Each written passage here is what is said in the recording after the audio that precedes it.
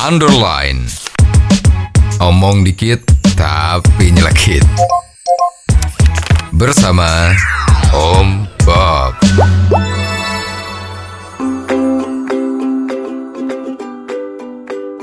Om Bob, menurut survei dari lembaga yang terpercaya di dunia, peringkat Indonesia turun dari 155 ke 173 dalam hal kemudahan berusaha. Ini bagaimana Om Bob menggarisbawahi masalah ini? Kalau Indonesia prestasi-prestasi seperti ini turun, itu udah biasa. Ya. Yeah. Prestasi yang bagus itu kan ribut-ributnya terus ya. Lah memang kemudahan berusaha itu kan tidak semudah kita ngomong. Sekarang keran kita buka, aturan kita sederhanakan, paket kebijaksanaan dikeluarkan berturut-turut tiap minggu ya. Tetapi pelaksanaannya gimana? Coba kita bayangin, untuk mengurus satu usaha itu izin prinsip. Ya ada berapa izin? Coba kita renungkan sendiri dah ya. Izin prinsip. Setelah itu izin domisili. So setelah itu ada lagi yang namanya HO. Betul. Padahal kalau untuk usaha toko-toko atau pengecer itu kan tidak diperlukan HO. Tetapi sekarang HO. Zaman Belanda itu nggak perlu HO. Untuk toko-toko, untuk pengusaha-pengusaha pengecer-pengecer itu tidak diperlukan HO. Tapi sekarang diperlukan HO. Dengan alasan ya 1001 macam ya. Terus setelah itu ada yang namanya izin AMDAL. AMDAL lingkungan ya, bagaimana? Setelah itu kelayaan lalu lintas. Betul. Parkirnya gimana ya? Itu semua membuat proses perizinan itu bertele-tele nggak karuan. Terus setelah itu ada TDP, tanda daftar perusahaan ya. Jadi ini semua masih banyak lagi. Kalau udah begitu satu meja diurusnya berapa lama ya? Dan bayangin mau ngurus izin domisili keluar dari RT, RW, kelurahan, kecamatan. Waduh, semua nggak karuan ya. Betul. Akta notarisnya mana, macam-macam. Jadi sebetulnya memang harus perlu dilakukan terobosan. Terobosan yang seperti apa itu Om Bob? Ya, di negara tetangga kita untuk mendirikan sebuah usaha itu sangat mudah. Kita kalau mau berbentuk badan usaha pergi ke notaris, langsung bikinlah aktenya, 1 hari selesai. Setelah itu untuk usaha itu tidak perlu lagi dia minta izin macam-macam. Ya namanya bukan minta izin, tapi harus mendaftar. Jadi datang aja ke departemennya, saya mau mendaftarkan kalau saya itu sekarang berusaha di sini dengan seperti ini.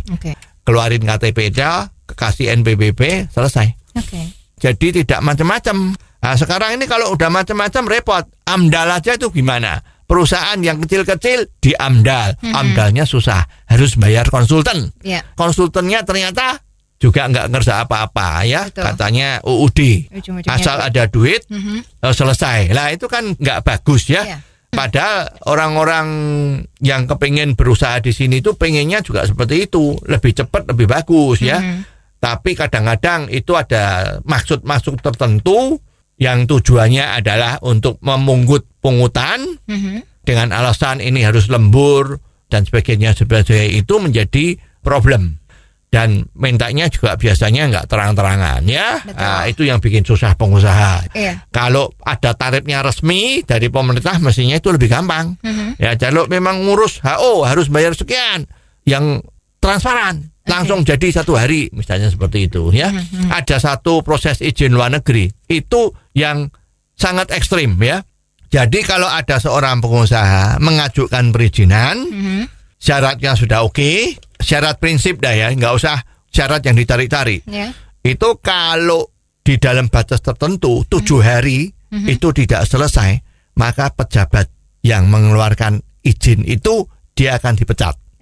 Ini sudah terjadi. Jadi enak aja orang-orang yang mau berusaha di negara itu menjadi nyaman.